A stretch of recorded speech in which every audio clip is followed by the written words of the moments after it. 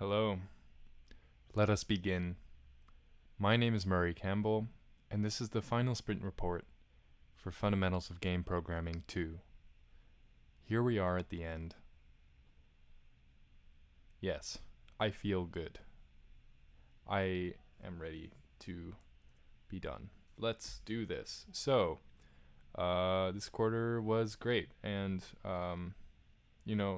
like the process throughout this entire year has been learning how to manage my life and my work-life balance while doing some really intense, like involved programming. And it was really, really difficult for me at first. Last quarter was also pretty difficult, but this quarter has been slightly more manageable, though it was still stressful at times. I had a lot less stressful high points than I did last quarter, so I feel like I'm getting better at not just managing stress, but programming in general. I feel like I'm getting more comfortable in C++ as a language. There is still a long way to go, but I can kind of see where I'm at with it in regards to skill level. So that feels pretty good. Apart from that, we have this engine, right? And it does some stuff. So I think I'm gonna basically just like go take a look at the grading checklist and just like talk about the specific points, and then talk about anything else that I want to include. Yeah, because the grading checklist has some things to like look out for and all of that. So let us begin.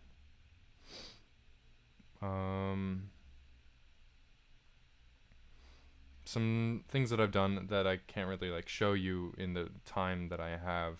It would take way too long, but things that you'll see by looking at my code. I went through the whole code base, looking for places where I could replace things with const references, and I did my best with that. I took it as a loss if I changed something to a const reference and it broke something in my code and it broke my game. I tried to just get as many like easy const references changed as possible. For the most part, I personally like know where all of my stuff is housed, and I know who owns what, so I don't have to worry too much about it, but I really should. It's something that I need to consider the next time I undertake a huge project like this.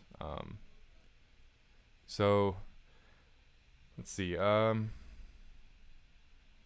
structures, type defs. I use those where I need to. You'll see that too.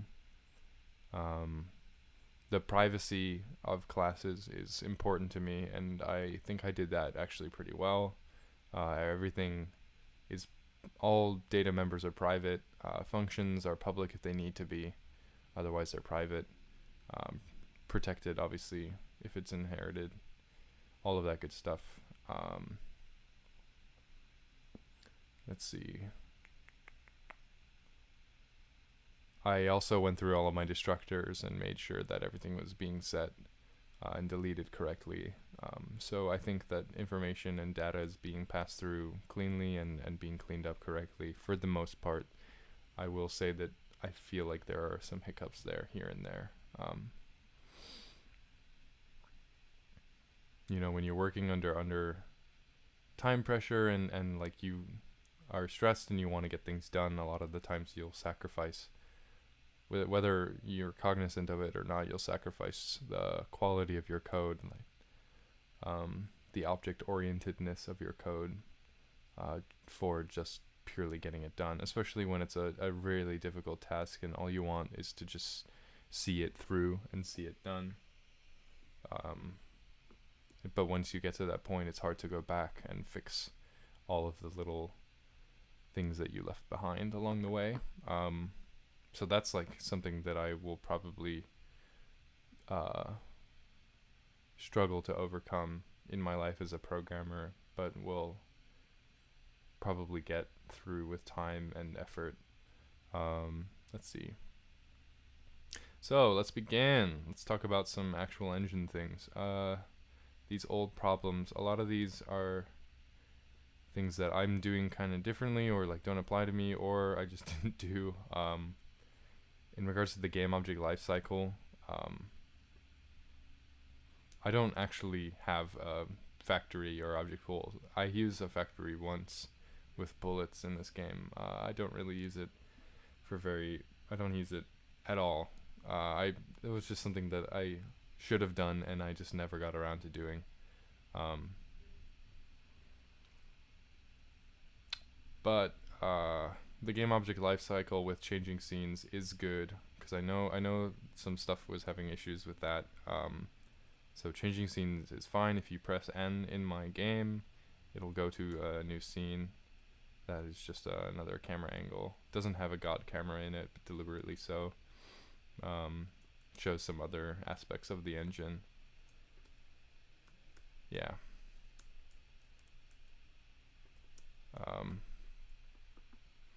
So my scene changing is actually fine, and it's functional. So that's good. Let's see. Yeah.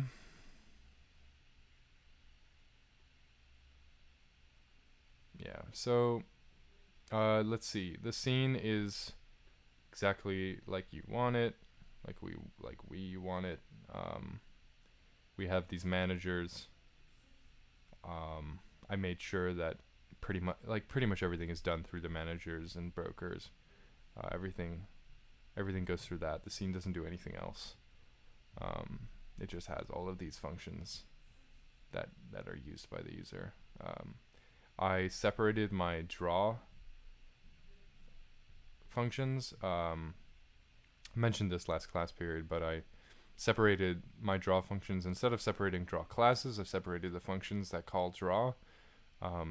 Because the user doesn't ever have to like call draw on specific things like that, I separated them, and then I just made so that I could have control of their ordering, the order in which they are called, right here in my engine class. So you can see that right here. I draw my 3D objects first, then I draw the terrain. The order of these doesn't matter because they are both models. Then my visualizer draws. And then my 2D draws finally last, because it has to be last. So we draw 2D objects like sprites and stuff like that last. And these functions all go like way down, way back into like the draw manager. They're past a few classes, but yeah, that's how that works.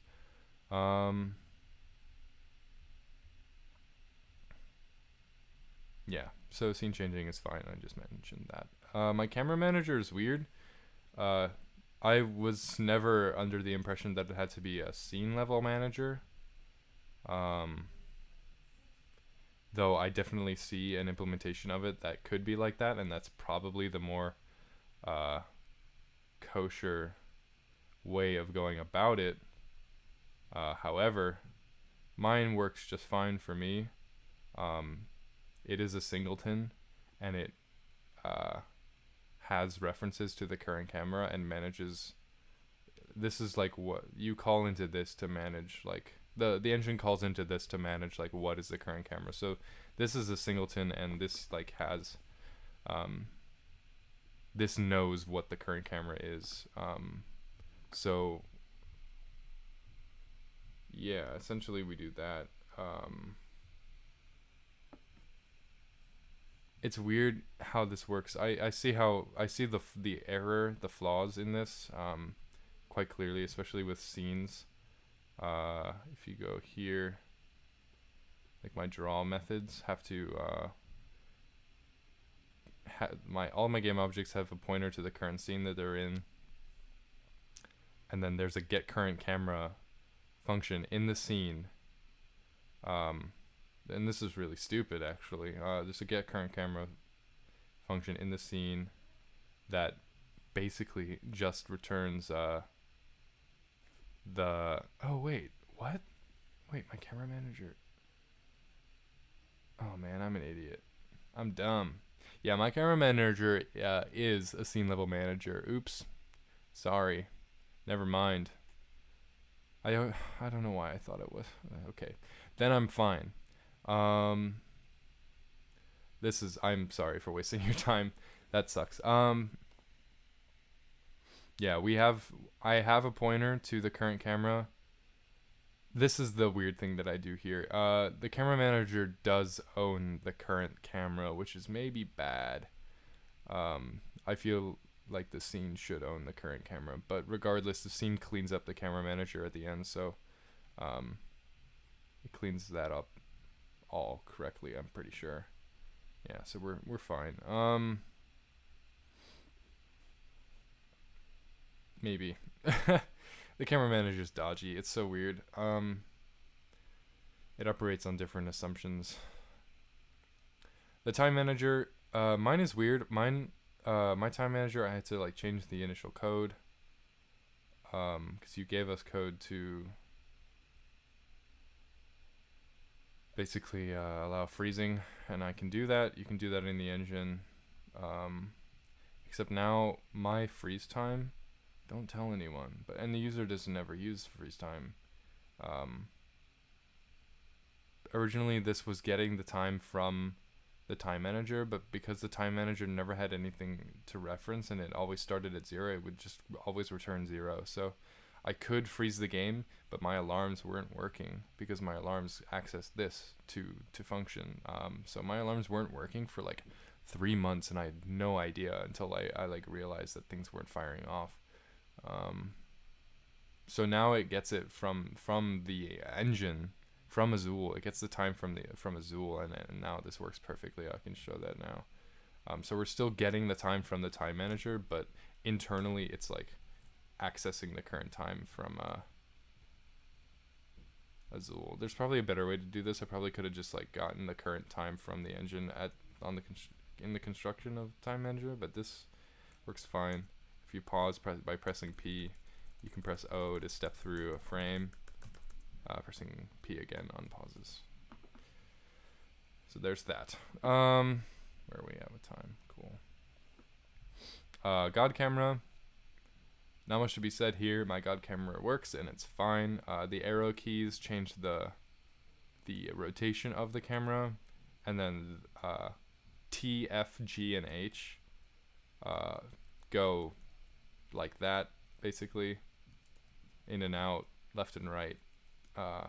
And then Y and R go up and down on the Y-axis. I just like having all of those buttons for controlling scene, like God camera. So it's nice. It's easy to control, and it goes at a decent speed for the size of this. Okay. My computer is chugging right now. It's funny. Okay, let's see. Let us begin with the new material from this quarter. Okay, so our collision system. Let's take a look at the class diagram. I have one big class diagram. This is probably not good organizationally, but it's just one big thing, and you scroll down until you find what you need.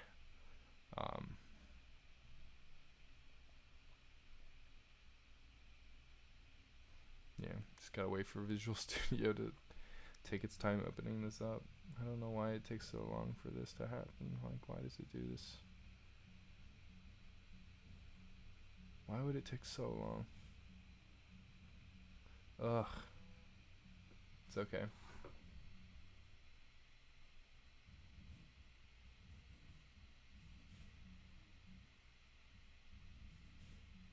Alright, here we are. So, let's take a look at the whole collision system.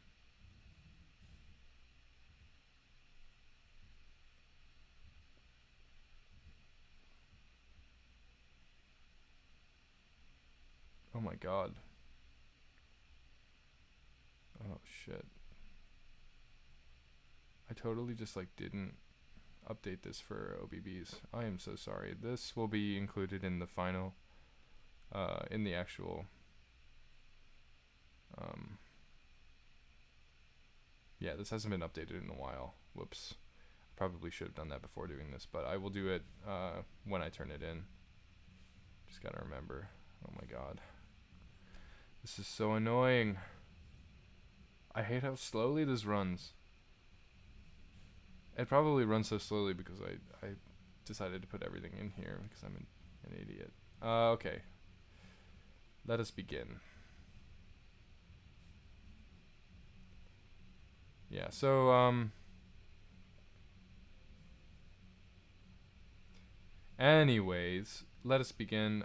We have this collision system. It's pretty straightforward. We've added some new things, so we'll go over those things very soon.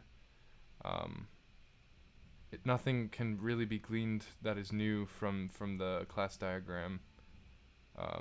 It's really self-explanatory. I'm about to go into everything, and it'll make a lot more sense. Yeah. Anyways.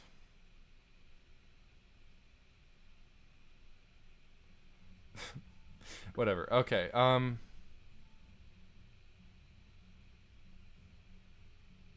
it has to save. Sorry about this. I really don't want to like start over. Let's just keep going. So anyways, let's see. Collidables are pretty simple and good.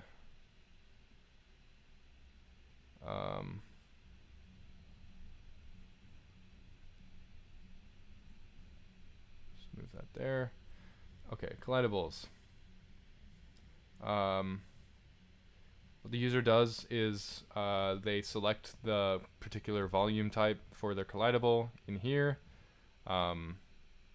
Like when they,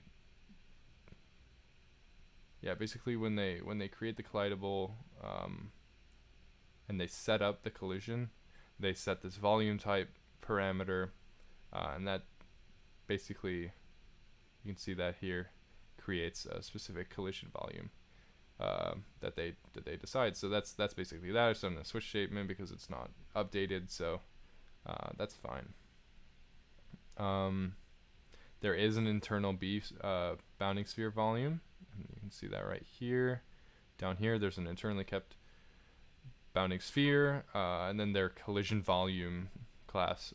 We have the collision volume bounding box class, which inherits from this for AABBs and OBBs because they have special aspects to them that are important. Otherwise, bounding spheres inherit from just collision volumes. These collision volumes use that cool inheritance thing, pure virtual or something. Yeah, pure virtual. And dispatch, right? I think it's dispatch. Yeah, that basically we have all of these defined intersect functions in the base class that equals 0, and then we go up, and you can see intersect gets defined for these. The base collision volume intersect thing returns the this thing that basically lets the whole dispatch thing happen. So in each specific thing, we have these intersect functions that are all pretty much the same. They just call intersect in the MathTech class. So let's take a look at MathTech. MathTech is cool. Everything in here is just there. These are just public static methods for intersections between specific collision volumes, and it's every possible permutation of that. So we have intersection between all of these. We have OBB here, and then that all works. It's all great. Yeah. Terrain operates differently, and you'll see that soon. But let's see. Yeah, we don't have any of those graphics objects anymore. Yeah, you can basically just like see here. Go back up. You can do things like get the collision volume, get the model, so access all of these that are private, get the internal bounding sphere, set up the collision, update the data. So that's all done there. The user does this, uses this basically like so. they define from collidable, they inherit from collidable in their game objects, define these collision callbacks.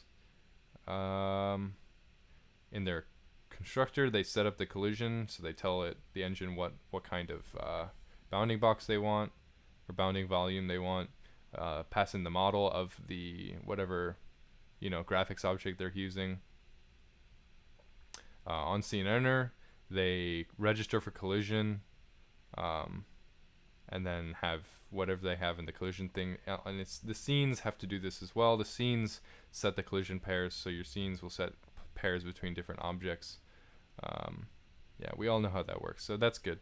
Collision volumes, I basically just showed that there are no graphics objects in here.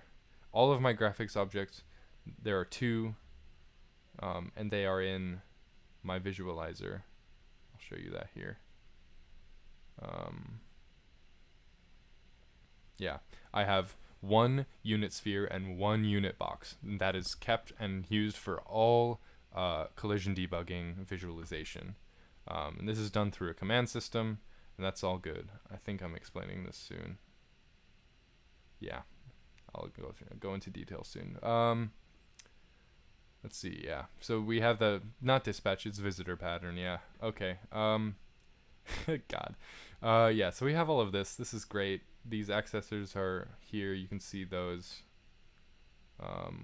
Bounding sphere. Like you can see it here. We have get center, get radius, get world corner min, max. Things that help basically get local corner max for the bounding boxes. All that good stuff. Get world mat. Everything that's calculated internally. Whew. Okay, so OBB intersection. Oh. I took this, the approach that I took was whatever the more difficult one was. The one that involved like testing axes and doing projections and stuff. I did that. Let me show you in a second. And yeah, I hinted at this earlier, but I have the collision volume bounding box that inherits from collision volume, so this is what allows me to do OBB, ABB specific collision stuff that is separate from bounding spheres.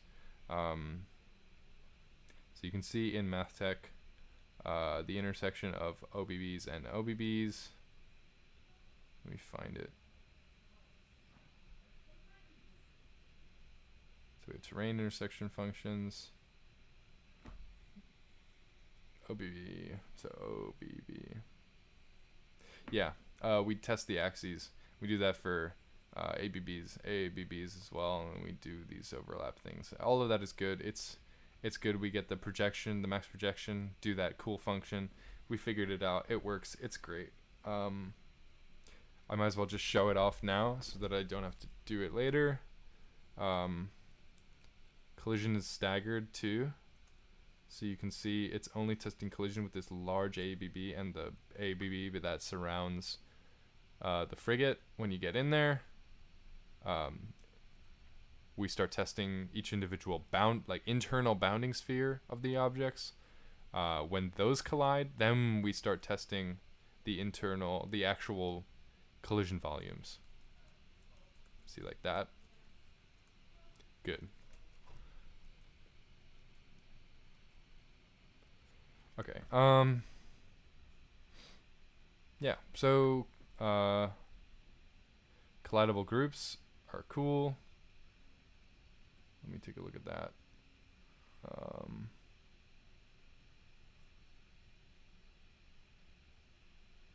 Yeah. So collidable groups now have an enclosing AABB that is kept internally.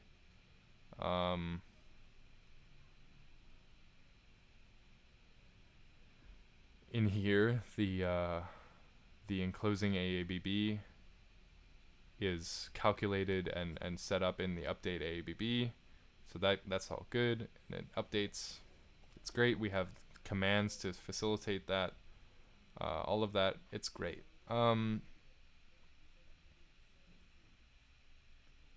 Yeah, so we can access the AABB pretty easily just by calling get internal AABB. That's good. Yeah, I showed you the command pattern, or I didn't show you the command pattern, but it's there. It's basically just like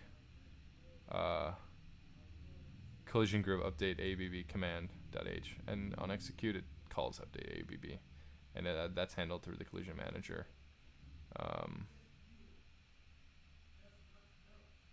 Yeah.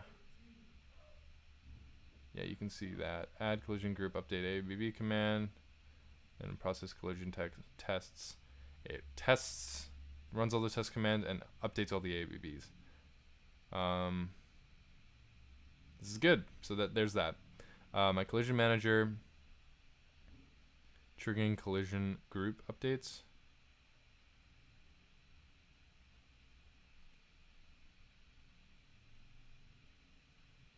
For group updates. I'm pretty sure it's just that. And then in the collision test commands do that. Yeah, my system works differently with that, and it's kind of offloaded to the collision tests. I'll show you that in a second. Destructor's good. We shut down all the collision groups, clear all the commands, and then we're done. Because it's a scene level manager, it is, and it's also, yeah, it's dynamically allocated. Yeah, we're all good. Collision tests are cool. The collision test pair command and collision test self command are fine.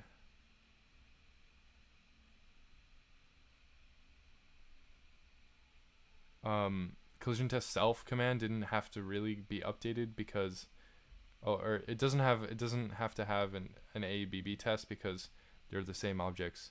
They're already in the same ABB, so we don't need to test that. But we do test the internal B spheres, and then we test their collision pairs. We test their individual volumes, then collision test pair has the ABB test, then it does the B sphere test, then it does the collision test pair command. This is a lot of ifs. I don't know if this is good. Like, I feel like it's fine. We're visualizing things when they're not happening, stuff like that. It's all very kind of not great. Or it feels bad. I don't know. Maybe these are the ifs that I have to have. Then terrain, I'll just show that quickly. I mean, it's like the B sphere. Actually, I'll get into that soon. Cool. Yeah, we have the terrain test collision. I'll show that in a second.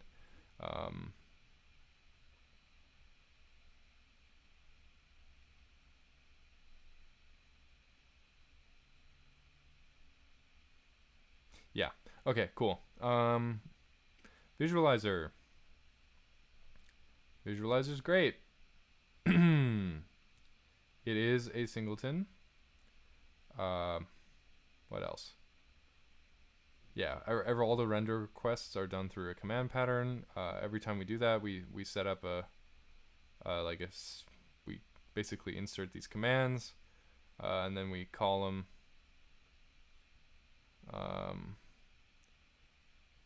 So whenever the user wants to render something, they'll call these static functions, these public static functions in the singleton, and it'll tell the visualizer to set up these renders. So it does that, it sets them up, and then when we're ready to go, it processes when we're ready to go, we process these elements, and that calls these individual functions because the commands basically just tell it to call these functions. You can see the execute commands, like they tell them to actually like render the things. So the user never actually directly calls these render functions. It is offloaded to this visualizer command system. So we have these 1 unit sphere, 1 unit box that are created here at the start and never created again. They're deleted at the end. That's all good. And that's what we're rendering, and we're rendering it multiple times. So we do that. That's great. Yeah, they don't create new graphics objects. We just have the one show up bounding volume.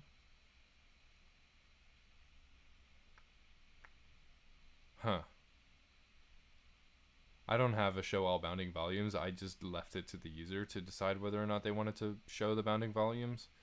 Um, right now, the collision system like automatically visualizes things, but I could have had something that overloads it, that that the user can just call to like debug collision, and it will show those uh, volumes firing off, and it would look way better than it does right now. But I didn't have the time to do that necessarily, and I didn't deem it super necessary as my collision system works, and that's the most important part. And I had to do some other things. So we have things like, did I ever do? I did a line render. I'm not using it right now, but it's here and it works. That's pretty much that, you know? I never ended up using it because I would have used it for setting up the collision, but I didn't. I figured that out before I did set up the line render, so it's there, but I don't use it at all. Delete is tested. It's good.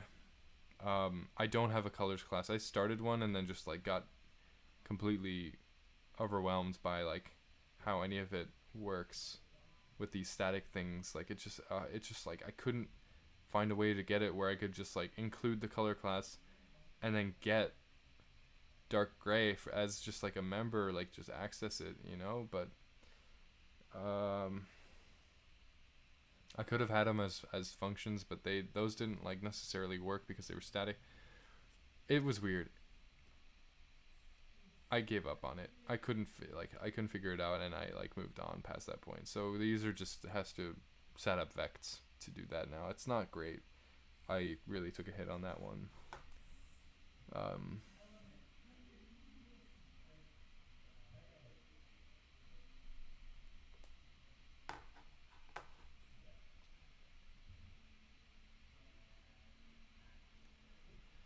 Let's see, MathTool. Yeah, I showed you MathTech earlier. Has all those functions. It's very much expanded to support terrain now and all of that.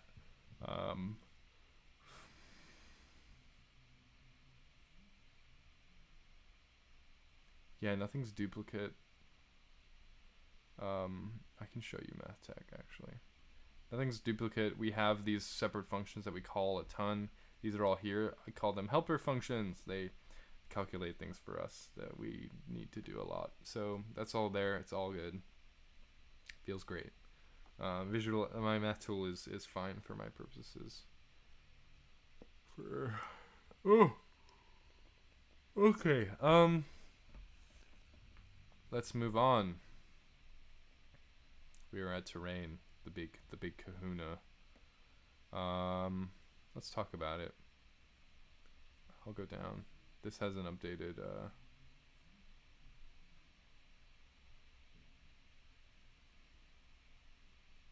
Does it have an updated? Did I never make it? I never made it. I made it for my. Oh God. I'm such a dweeb. Sorry about this. This is really a travesty. I'll have to do that in a bit after I'm done talking about this. But let's talk about how terrain works. It's all contained in one folder, so maybe we can talk about it in a way that's understandable here. Let's make everything nice and clean and move on.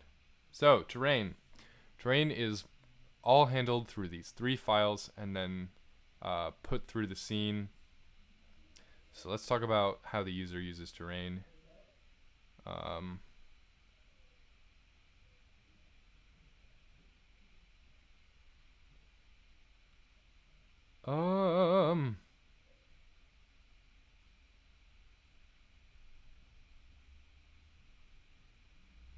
Yeah. My terrain object class does all of these. It's such a long class. you know, we create the terrain model. We set the scale initially because we use it in a lot of places. We have these things for that, and then adjust things for scaling. So in the create terrain model, we do all of these calculations of the verts and UVs and stuff like that. And that occurs over here. Then we save that terrain model, and that's here. That's code that you gave us. Then I have all of these functions for highlighting cells, converting points to the row indices, things like that. This is all my like debug things. Some of them aren't used anymore. Some of them are.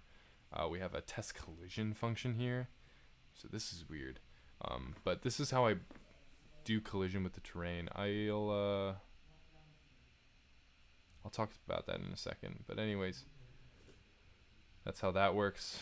The terrain object. You can also see here we have this these cell min arrays, cell max arrays. At the very end, these verts and tries are deleted. We need the cell min array and the cell max array for things like collision. So that stays there, but we delete things at the end. That's good. It's all cleaned up nicely.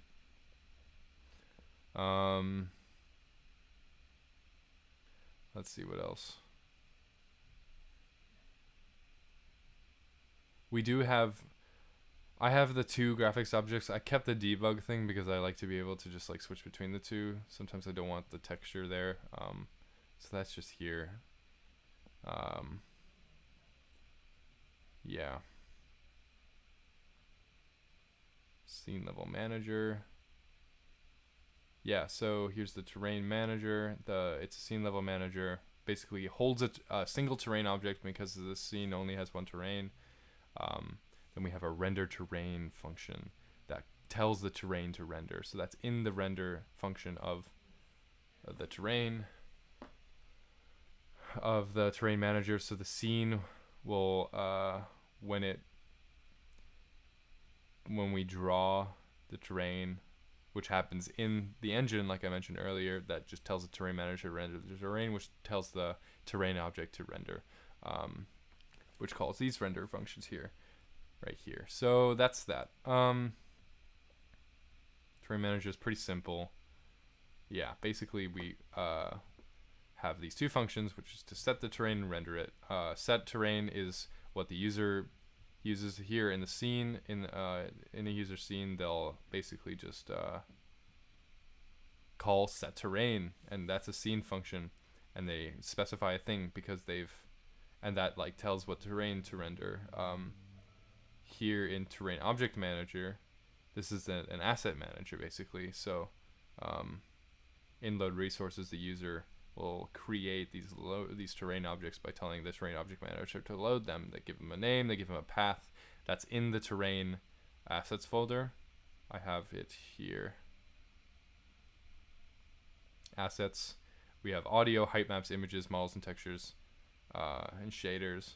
We have the height maps thing. This is in models and textures. So there's a folder in here called terrain, and then there's that.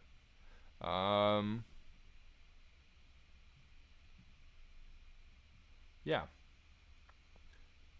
There's support for creating multiple types of terrain too, because it used to save to just like Azul terrain in all caps, but now it saves to the actual name of the terrain. You can see that down here.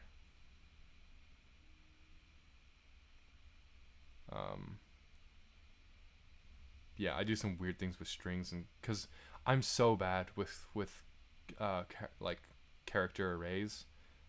I have to do all of these like weird things like converting them to strings and converting them back and stuff like that. It's so bad, but because it all only happens once on load, I don't really care right now. Yeah, and then it loads this terrain name, so we get to create the model, and that's all good. So collision with terrain is weird. On the user side, the user basically sets the collision terrain and specifies an object that they want to collide with the terrain. So in the scene, when the scene does that, hang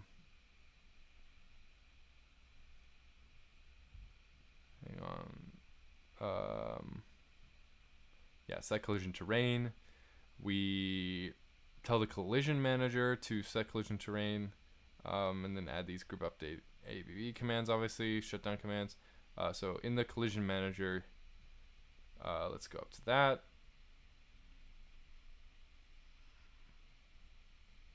Collision manager,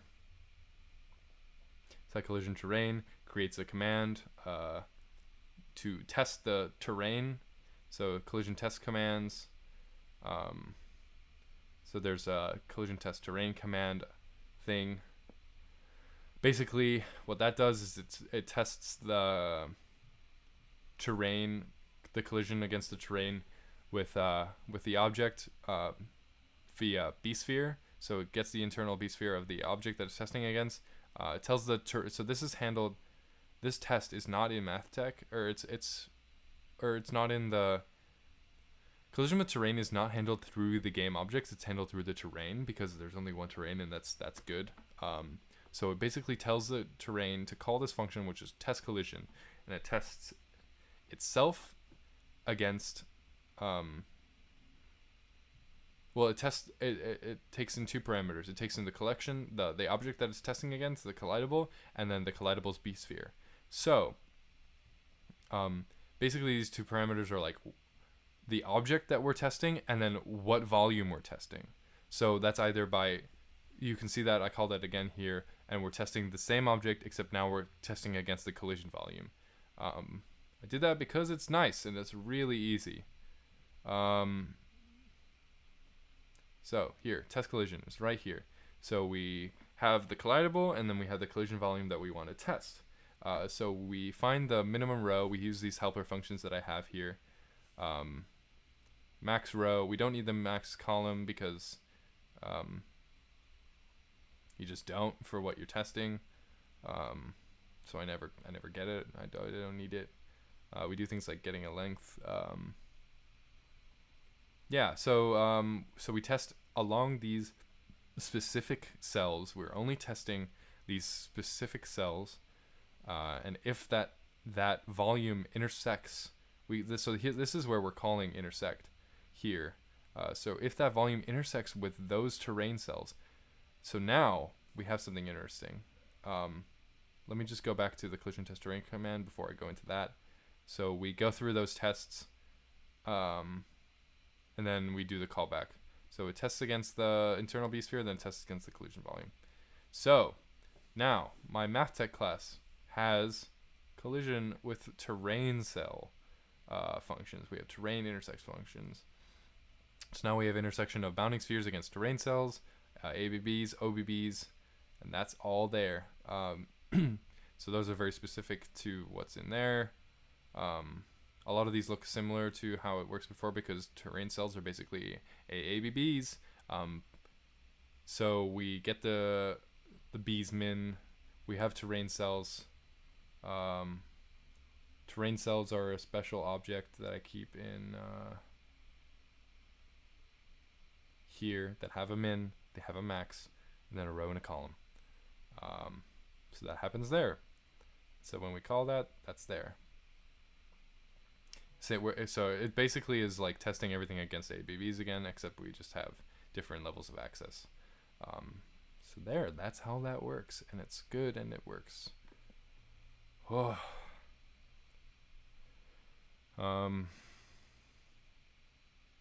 can kind of demonstrate that now, I guess. I'm gonna actually test.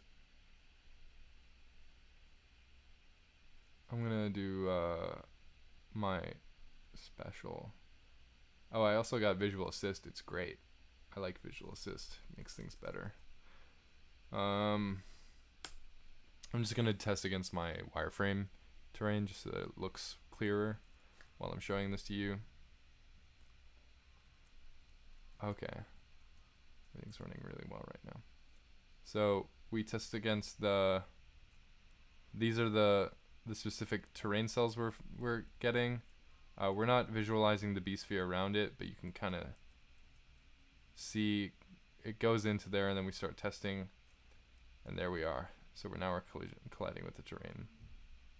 I should have visualized this correctly. Oh well, but you can see that.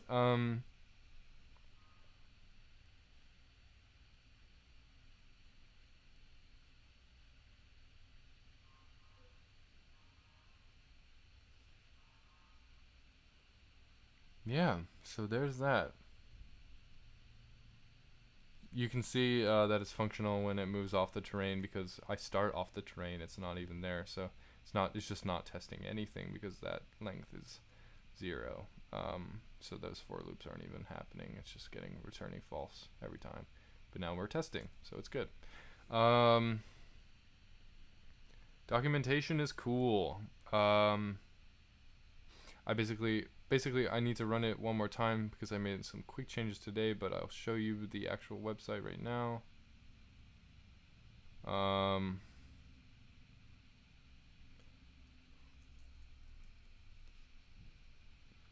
Here.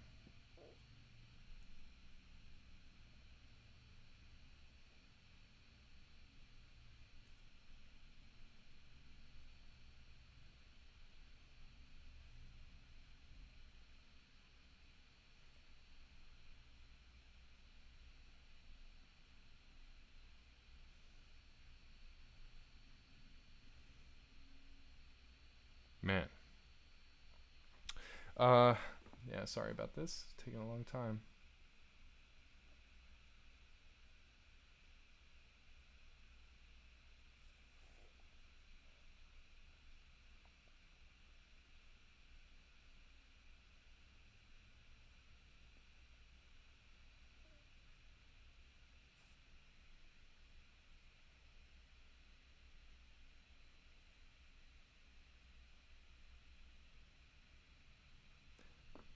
Sorry about this.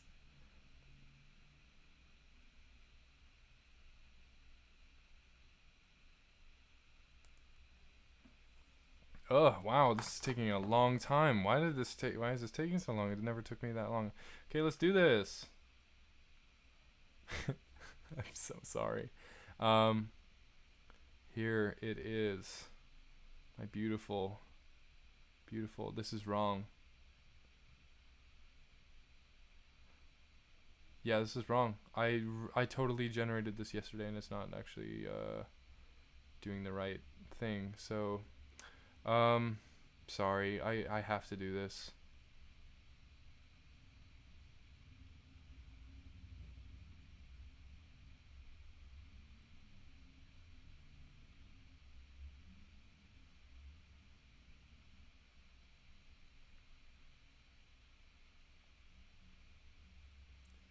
Man, this sucks. I feel bad. It basically just has to like run everything again now. It worked yesterday. I don't know why it did that because I deleted it. Basically, like I hit generate and it generated my old engine like documentation for some reason, even though I was running on the correct like with all of the correct stuff. Oh, that's why, because it's getting from the freaking. Oh, stop. God, this sucks.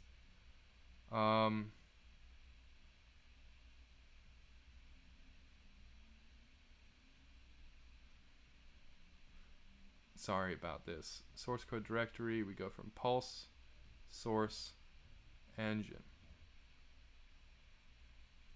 I need to save that. Okay, good. Run.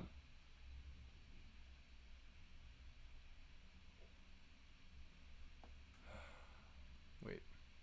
I am so sorry. This is taking a long time. I really don't want to start over. So you might as well just like skip some of this.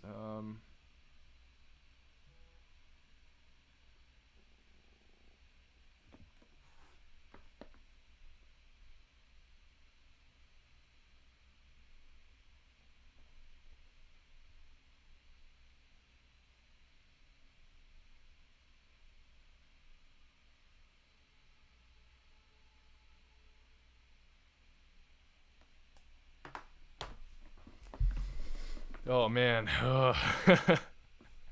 What a day. It's really hot outside. I'm feeling good though. I'm wearing a nice black shirt, so I'm sweating a lot. I don't know why I just said that. Sorry, Andre. I'm really sorry. Oh, here we are.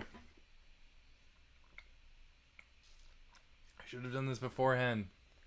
If I had the foresight and the yeah, I'm going insane. Like I'm very not. Oh man, should be done soon. Not much longer.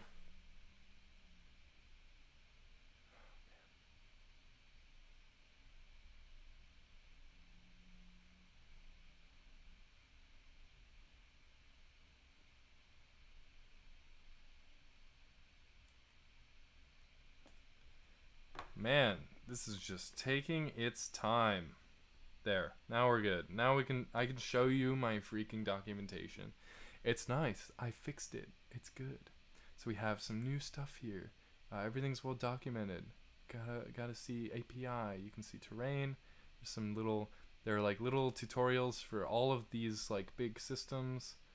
You can got examples. Got some great stuff. Yeah, all of this great stuff. Look at that. So that's there, and I wrote a getting started guide. It's a long little guide. Just explaining like how to get started making a scene, making your first object, telling that object, getting that object like registered for things, like update and draw, doing all of that. So there's that. That is my documentation. Hooray! That took like way too long.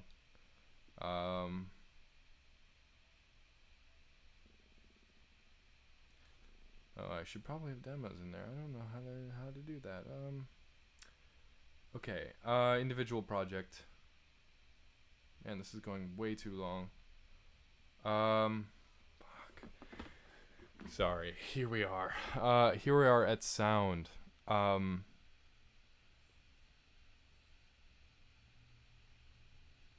Yeah. Okay. Let's talk about sound. Did I seriously close my class diagram like an idiot?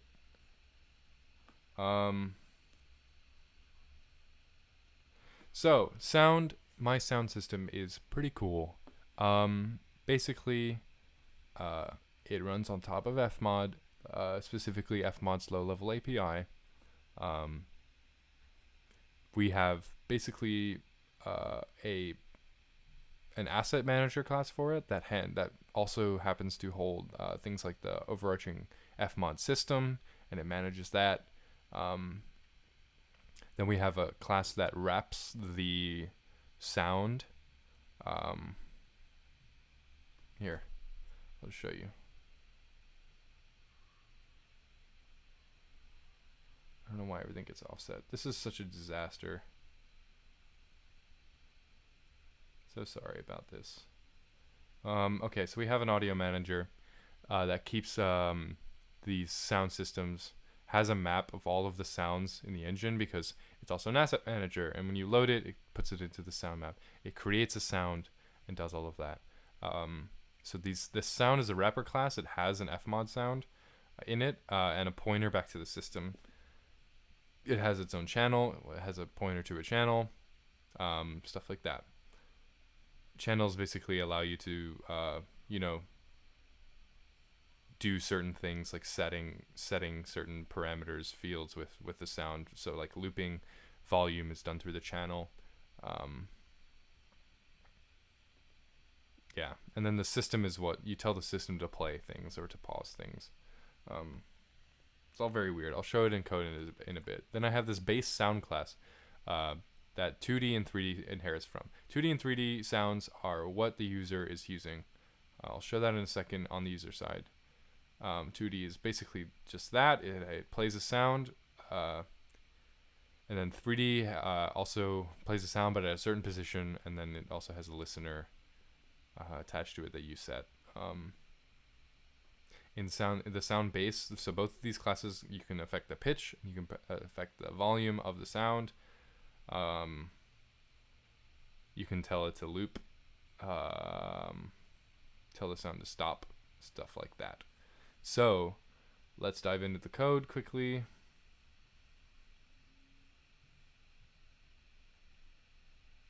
This is bad.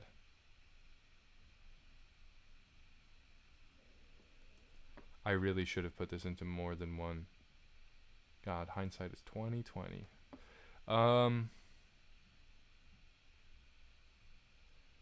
Almost done here. So here is the audio manager. Exactly how you think it is. It's a singleton. Functions more or less the same as other asset managers. Here in the load resources for my engine, you can load specific sounds, specify a path.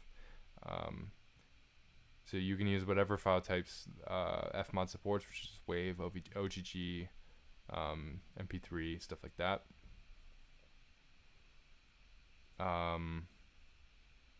So the audio manager does stuff like that. When you load a thing, when you load a sound, it creates an Fmod sound, does all of that, and then it puts it into this sound class. And this is what is stored in the sound map, is this sound class.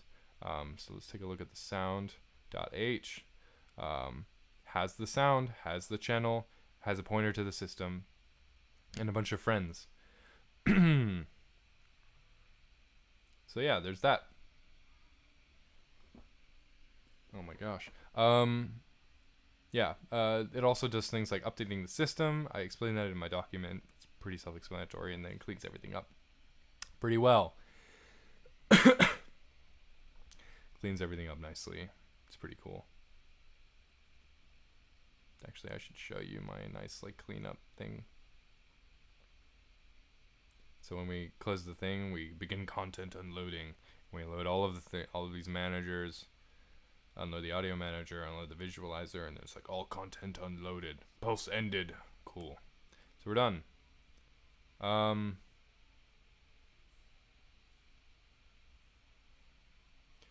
We're not done yet though. So here is sound base. Like I mentioned, it has these functions.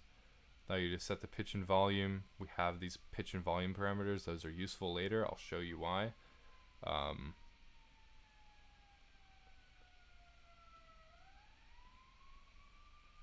Here we have the stop function, which is the same for both 2D and 3D. So we have it here. We have volume and pitch, their default parameters, but if you set them differently, you can set them to whatever you like.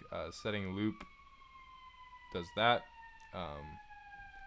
Here, I'll show you set pitch and set volume just sets these parameters, and that's nice because we can do that here. In Sound 2D, you can see we just have a play function because it's a virtual function from Soundbase. In play, we play the sound, but we set this field to true because this is how this works. You have to like hit play and then do the settings and then tell it to unpause itself to play a sound. It's so weird. So we play it and then we set the volume, we set the pitch, and then we unpause it so it plays a sound. These are the volume and pitch data members there. All of this is handled internally, so I'll show you what the user does in a second. It's pretty great. But 3D is different. It has so this is where things are weird. I don't have actual listener classes, like listenable things like that, because things that operates under the assumption that the only thing that is going to be listening to things, the only objects that are going to be listening to things are game objects. But maybe you want to set the to hear from a specific position in space. I don't know, like in world space. So Sound 3D just has these the position of the sound, and that's played there, and then the position of the listener, and that is what listens to it. And you can position these yourself in your game objects wherever you want. You can do whatever you like, do it wherever you want. It's basically just like flexibility over performance here, is what it boils down to. So all of those things handle things correctly here. You can still set the volume and the pitch. So I'll show you how that works. The user loads the sound like I showed you before. Then all the user has to do, include this the sound 2D or sound 3D, have a pointer to a sound 2D or sound 3D object. In the constructor method or wherever you want, you create it, you call new, you get a sound. Because you loaded these sounds into the audio manager, and what's in the model map, or what's in the sound map, is sound classes, and that's what sound takes in. The sound, like sound base, takes in a sound. And that's what it uses to play. It accesses everything through there. So it does that. That's how that looks. We do things like setting the volume, setting the pitch. That's all good. We position things for 3D. And then we can choose to update the listener. Like here, I update the listener to where the frigate is in world space. So that's just done by calling position listener again. And then we tell it to play whenever we want, and that's it. All you have to do is tell it to play. You can tell it to stop. You can do other things like that, but that's where I do that. So I just have a sound that plays when you shoot the bullet on the frigate. So let me play that right now, just for reference. I pitched this up so it's like that. Now I'm gonna do the 3D sound. The 3D sound, let's just show it. So what's listening to it is the frigate. The frigate is listening, and the position is 0, 0 in world space, is origin. So it's all the way.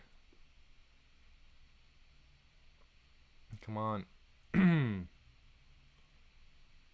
So it's all the way at origin there. You can kind of vaguely hear it. Here, let me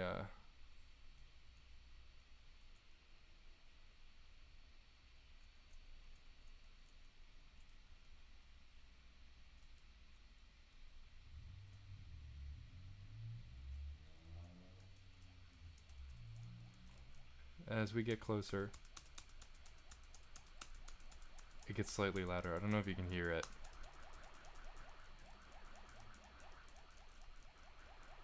And because it's three-dimensional, it pans correctly.